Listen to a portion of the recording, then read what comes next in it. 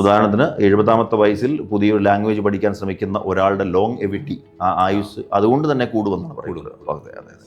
അപ്പം വളരെ ആക്റ്റീവ്, പഴയ സ്പീഡ് പ്രതീക്ഷിക്കരുത്, പക്ഷേ അയാളുടെ ബ്രെയിൻ ആക്റ്റീവ് ആയിരിക്കും. ഓക്കെ, അത് ഏറ്റവും ശ്രദ്ധിച്ചു നോക്കിയോ, ബാങ്കിൽ പണ്ട് കാലത്ത് ജോലി ചെയ്ത ആൾക്കാർ റിട്ടയർമെന്റിന് ശേഷം ഒരു 20 വർഷത്തിന് ശേഷവും അവർ ആക്റ്റീവ് ആയിരിക്കും. കാരണം ദേ വെർ പ്ലേയിങ് നമ്പേഴ്സ് വെച്ചായിരുന്നു അവർ. അത് അന്ന് കാൽക്കുലേറ്ററും കമ്പ്യൂട്ടറും അല്ലല്ലോ, ബോധപൂർവ്വം കൂട്ടൽ ആ കാര്യങ്ങൾ കൊണ്ട് തന്നെ എക്സർസൈസ് അവർ മറ്റുള്ളവരെക്കാൾ കൂടുതൽ ബെറ്റർ ആയിരുന്നു കൊടുത്തത് കൊണ്ട്. അത് always keep this one active.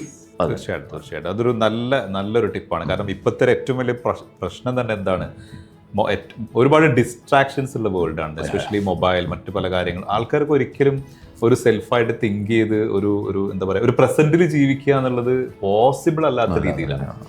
എന്നാൽ ഇഷ്ടംപോലെ സമയം ഇല്ലായിട്ടല്ല. ഈ പറഞ്ഞ പോലെ കോൺഷ്യസ്ലി നമ്മൾ ഇതിന് റെഡി ആവുകയാണെങ്കിൽ ഒരുപാട് ചേഞ്ചസ് നമുക്ക് കൊണ്ടുവരാൻ പറ്റും. നല്ലൊരു ടിപ്പാണ്, എല്ലാവരും ഒന്ന് പ്രാക്ടീസ് ചെയ്യുക. ഓക്കെ, ചെയ്യാൻ താല്പര്യമുള്ളവർ.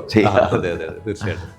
ദെൻ എന്തൊക്കെയാണ് ഈ ഒരു ഫ്യൂച്ചർ ട്രെയിനിങ്, മെമ്മറിയുടെ ട്രെയിനിങ് കാര്യങ്ങൾ തുടങ്ങിയതിന് ശേഷം എനിക്കൊരു, ഇപ്പോഴാണ് എനിക്ക് കറക്റ്റ് ടൈമിലേക്ക് വരുന്നത്, നമ്മളൊരു മെമ്മറി ഒളിമ്പിയാഡ് കുട്ടികൾക്ക്, ഇത് കുട്ടികളിൽ ഒരു ഗെയിമായിട്ട്, ഒരു നമുക്കിപ്പോൾ ഫിസിക്കൽ സ്പോർട്സ് ഉള്ളതുപോലെ തന്നെ all over the world memory olympiad ഉണ്ട്. അതുപോലെ അതിൻ്റെ ഒരു വേർഷൻ നമുക്കിവിടെ കേരളത്തിൽ ചെയ്യണം എന്നുള്ളതാണ്.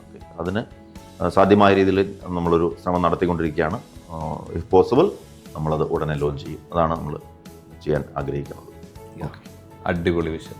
കാരണം മെമ്മറിയിലെ എന്താ പറയുക, അതുല്യനായ വ്യക്തിക്ക് ചെയ്യാൻ പറ്റുന്ന ഏറ്റവും നല്ല കാര്യം മെമ്മറിയിലൊരു ഒളിമ്പിയാഡ് തന്നെയാണ്.